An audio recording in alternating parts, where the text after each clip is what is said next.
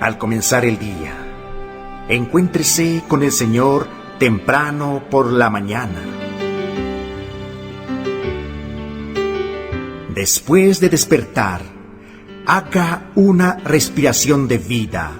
¡Oh, Señor Jesús! Es hora de hablar con Dios y disfrutar de su presencia a través de su palabra como el alimento diario.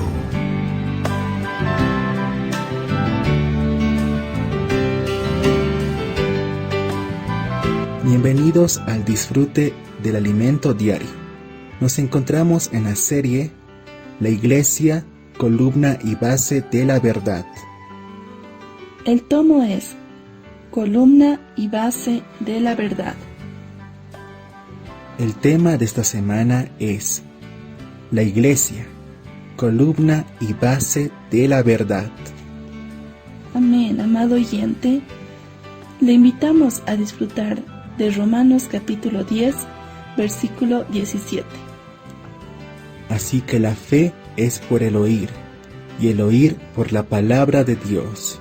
Amén. Así que la fe es por el oír. Amén. Así que la fe es por el oír.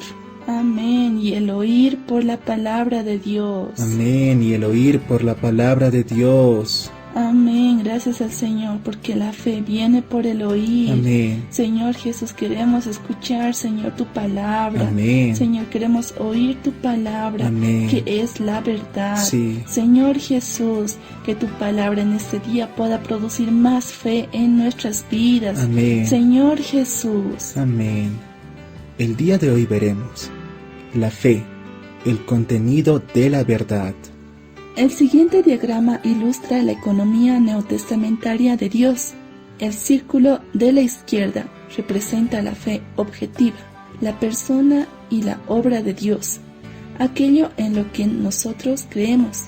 Al lado derecho hay 3 círculos concéntricos que representan las 3 partes del ser humano: cuerpo, alma y espíritu. En el espíritu, la parte más interior del hombre, hay un pequeño elemento llamado fe, que es la fe subjetiva. El objetivo del plan de Dios es poner la fe objetiva dentro de nuestra fe subjetiva. Para eso necesitamos estar conectados con Él. El transporte de esa fe ocurre por medio de un camioncito que en la figura representa a la palabra. Amén. La fe viene por el oír la palabra de Dios, conforme a lo que leemos en Romanos capítulo 10, versículo 17. Así que la fe es por el oír, y el oír por la palabra de Dios. Nuestros oídos, los órganos relacionados con la función auditiva, son la puerta de entrada para recibir la palabra. Por esa razón, la Biblia insiste en varias porciones. El que tiene oídos para oír, oiga. Si no oímos la palabra de Dios, no recibimos la fe. La fe es el contenido de la economía de Dios, es decir, Cristo mismo. Al principio, está fuera del hombre, conforme a lo ilustrado en el círculo de la izquierda. Por tanto, independientemente de que el hombre crea o no, la fe siempre existirá, porque se refiere a Cristo y a todo lo que Dios es. Cristo es el conector central del universo.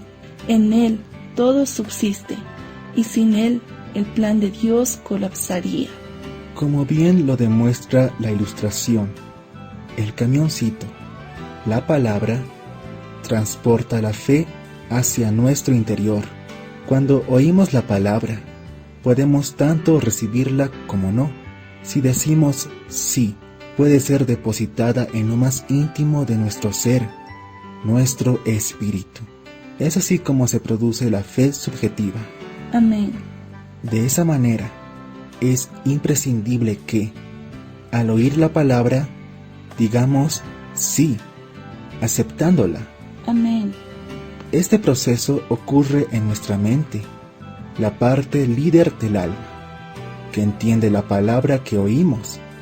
Entonces, nuestra voluntad decide recibirla y nuestra emoción siente placer en aceptarla. Experiméntelo ahora mismo, diciendo: sí, acepto la palabra del Señor. Amén. Sí, acepto la palabra del Señor. Amén. ¿Logras sentir algo?